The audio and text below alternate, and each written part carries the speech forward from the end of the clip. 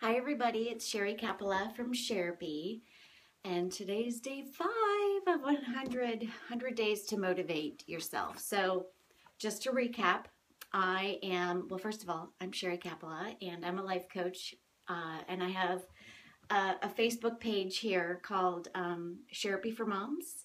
And I am doing, over the course of the next 95 days, I'm doing 100 Ways to Motivate Yourself by Steven Chandler, one of the teachers in my life coaching curriculum. And today's day 5. If you scroll through my page or look through my history, you'll see that the last 4 days have been pretty good. They've been really poignant and have been amazing lessons to just help you get to where you need to be in terms of motivating yourself, which is especially appropriately timed right now as we enter into the new year. So with that, I want to dive into today's number 5. Today's number 5 is titled Learn to Sweat in Peace. And at first when I read this one, I really struggled with, how am I going to motivate people to do this one because I don't like to sweat. But I'm going to read a little bit to you and just kind of tell you a little bit about this one because this one has an amazing lesson. And then at the very end, I have something that I'm going to share with you on how I have parlayed this into teaching my children about motivation. So learn to sweat in peace. This particular section of the book starts out by saying, the harder you are on yourself, the easier life is on you. Or as they say in the Navy SEALs, the more you sweat in peacetime, the less you bleed in war. Now, at first blush, when you read that, as a life coach, I'm like, hard on yourself. You shouldn't be hard on yourself. This isn't an emotional hardness. This isn't a spiritual hardness. This is basically, it's a little bit more about being prepared for life. And if you think back, if you've been following me these last 5 days, these last 5 days, the motivation in this book has been predominantly about being prepared in life. So in this particular section, point number 5, they go into the fact that when this author was a little boy, he had a really hard time because he was playing fast pitch baseball with his friends. He was in Little League. And there were some boys on another team who pitched the ball so stinking fast that they were actually being questioned. Like their birth certificates were being called in because they were at the point where they thought maybe these boys were advanced in age and were pitching far better than they should be because these other boys on the opposing teams were having a really hard time swinging at the ball. So in order to make themselves better, they came up with a way to make it seem as though those fast pitch balls that they were having difficulty swinging at, they wanted to make it seem like those fast pitch balls were nothing. So they wanted to find a way to practice better, to sweat in peace. So what they did was they went out and they found, those like wiffle golf balls? They went out and they found those and they started practicing with those because they could throw those faster than any baseball that they could get their hands on. And so by doing that, they became so precise at hitting the ball that when it became time for them to actually play ball against these other really good pitchers with these fast pitches, they said they seemed like they were like just kind of walking through the air, that it really helped them. So the message is really that you need to anticipate hard things in your life. And with a degree of reason, you are able to expect hard things. And, all of us, our lives are different. And this is really a metaphor for how to set yourself up for success. There's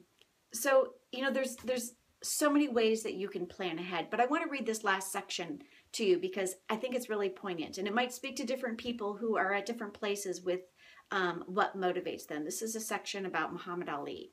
The great boxer Muhammad Ali used to use the principle of choosing his sparring partners.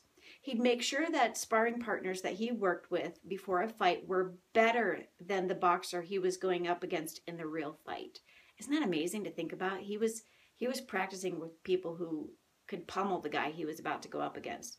They might not always be better all around, but he found sparring partners who were each better in certain ways or another other than his upcoming opponent.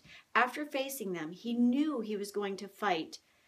He knew going into the fight Where am I? I already lost my place. See, this is why you're 45 years old. You need glasses, okay?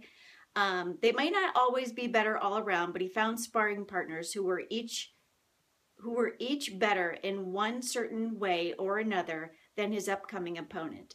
After facing them, he knew going into each fight that he had already fought those skills and that he'd already won.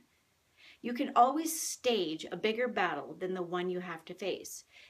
If you have to make a presentation in front of someone who scares you, you can always rehearse it first in front of somebody who scares you more. So, in that situation, like for me, when I was a technology project manager at KeyBank, there were a lot of times where I had to do a major project update in front of like the VP of the organization. And in advance of that, my boss would want to see me do the presentation with like a management team. That was so damn intimidating because at the end of the day, I wanted to impress her more than I wanted to impress the top guy. So that was the best way for me to hone, develop, and mentor my own skills. If you've got something hard to do and you're hesitant to do it, pick out something even harder and do that first. Watch what it does to your motivation going into the real challenge. So, this is going to be different for all of us. For me, the best way that I can find that the perfect analogy for me as a mom is, okay, let's think about it. Here it is in the middle of a snowstorm in Northeast Ohio. We're snowed in. It's Christmas break. And, I've indulged over Thanksgiving and Christmas. I've had some cookies and some cakes. So I feel a little bit puffy. But what I can anticipate is summer. I can anticipate that with my 3 little kids, 5, 7, and 9, they're going to want to go to a water park.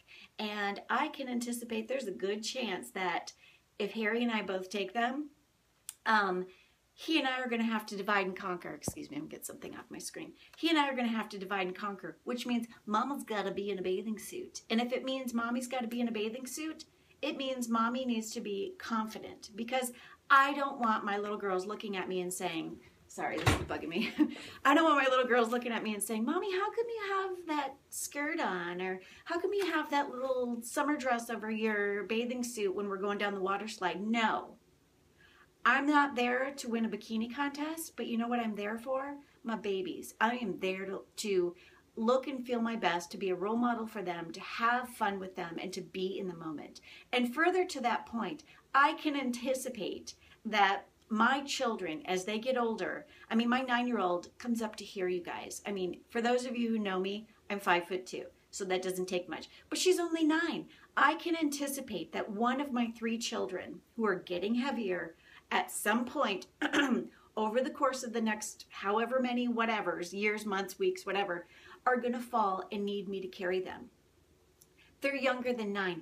I should be able to carry them. I can anticipate that I'm going to need to sweat in the piece. I'm going to need to sweat in private so that way I can actually work out, get stronger, and start showing up the way I want to show up. I have a choice here. I can actually fail to plan, and by so doing, go to the water park and not feel comfortable or confident and regret having not put in the work now, or I can plan right now that I'm going to succeed. And the reality is I know it's coming. Summer break is going to come, and my babies, I can't keep them in the backyard in the hose and the water slide on the swing set forever. No, they're getting bigger. They're going to want to do bigger things. So preparation to win is what you need to do. You need to prepare to win or prepare to fail. It's really just a matter of that choice, because at the end of the day, nothing beats preparation mixed with desire. So if you find that you have the desire to do something, the other piece of that is preparation. Or if you find that you have the preparation to do it, but you don't have the desire, then you need to do something to start working on your desire. And I want to share with you, I haven't done this before, but I want to share with you how it is that I teach my children and how I pump desire into myself on a daily basis. So I know this is going to be backwards to you, but I'm going to share it with you. It's a little different for me to do this, but I want to share it with you guys because it's a tool that I have in my toolbox, and it's one of those things where I think as moms, as parents, you can share it with your children and you can even benefit from it too, okay? So I bought an audio 2 CDs on iTunes, and I know this is backwards to you, but I'll put a screen print after we're done. And this one is called Today is the Day, Fearless Motivation. And every single day, and what I do, you don't have to do, but every single day when I take my kids to school, I play this. And the one that I'm going to play for you, yeah, I'm going to play it for you today. It's, I think, 4 minutes long, 4 minutes and 34 seconds to be exact. This particular one that I'm going to play for you made Landon cry. He wasn't motivated. It's just that there's a really poignant message in here about a baby giraffe. So it shows you that in the wild, being prepared is natural. It's nature. So if it's not in your nature to be prepared and do the hard work and to sweat now, then you can nurture your way into it so that you start to create your own desire. So just have a listen to this. Tell me what you guys think. Preparation and desire is going to get you that title, nothing else. Now, the desire is hugely important. Yes, it is. Listen, but if you haven't prepared to win, then you better get prepared to fail. If you throw 2 guys into the ring to fight to the death, who wins? Yes, the guy with the biggest desire to win. But what if they both have the desire? The guy who has prepared the best for the battle, the guy who trained harder, who sacrificed more, who wanted it more, that's the guy that wins. He will win every time because he has more in his locker. He can go one more round. He can take one more hit. He can get up one more time. Now, don't get me wrong. He still needs to have the heart to follow through, the guts to make things happen when there seems no chance for anything to happen. But nothing beats preparation mixed with desire. Nothing. Do you know when the baby giraffe is born, the mother giraffe gives birth standing up? So the first thing that happens to a newborn baby giraffe is a huge fall of about 2 meters. What a way to enter into the world. No loving cuddle, no smiles, just a giant drop. It gets worse. When the poor little baby giraffe shakes off the initial shock and tries to stand up on his 4 legs, you would think the mother would try to help her little baby. No, not this time. The mother then proceeds to kick the legs out from under this little baby, sending it sprawling back to the ground. Baby tries again and again. The mother kicks the baby's legs out, knocking it to the ground again. This process is repeated over and over until the newborn giraffe is so exhausted it can't even stand. At this point, the mother will kick it again, forcing it to get to its feet. Now you're probably thinking this mother is awful or an exception. No, this happens with all newborn baby giraffes. And why? Because the mother is preparing the child to survive predators in the wild. The baby's first lesson within seconds of entering this world is get back on your feet. Be prepared. Now, I'm telling you that in order to reach any level of success in your life, sometimes you're going to have to get to your feet after suffering setbacks. And all the time, you are going to have to be prepared. Now, I wish I could get a mother giraffe out here to kick some of you into gear and teach you a lesson or two in preparation and survival. But I can't. But what I can do is get someone with more power. You. I can leave it up to you. Prepare yourself for success. Prepare to win. If you get knocked down, don't just get up. Get up stronger than before. Get up more determined than before. Have the desire and heart to follow everything through in your life. Leave no stone unturned and complete nothing half-hearted. You don't have half a heart. Give it all your heart, 100%.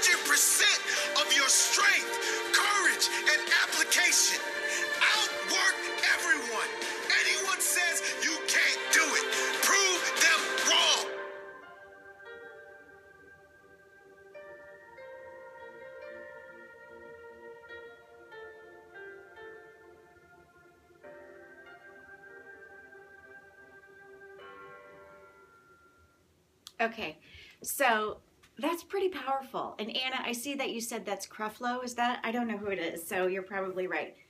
That is pretty powerful. Now, there are days where, you know, I might have the preparation to do what I want to do to get where I want to be, but I might not have the desire, guys. And so what I did was I made, you know, a $1.99 investment via an iTunes CD, and I bought it and I play it. And that gives me the desire. I go to what pumps me up. For you, it might be a playlist. For us, it's this. And it sets the tone. And it helps me to say, you know what, I might not feel like it, but I don't need to feel like it. I need to just show up. So what I want to do for you is recap where we've been for these last 5 days. So number 1 was to get on your deathbed, which is basically, as you approach anything in life, you need to have a damn plan. See the end in sight, recognize where it is you're wanting to go, and go in the direction of your dreams. If right now your life is off course, figure out how to get it back on course where you ultimately want to be and start going in that direction. Day number 2 was stay hungry. And this was the one about Arnold Schwarzenegger. And I actually put a clip after day number 2 in the comments section of Arnold talking. And this was powerful. He's not somebody that was ever on my radar as a motivational speaker, but it was all about get a vision. You know, like right now, I have that vision of me wearing whatever bathing suit I want to without being terribly self-conscious about my 45-year-old body, because I don't deserve to live that way, and my little girls don't deserve to have that modeled for them. So because that desire is in my heart, I have a vision of how I want to be. So I'm starting today to implement what I need to implement to make that vision a reality. Number 3 is tell yourself a true lie. And this one is really you just seeing on a daily basis you living your best life, your most optimal life.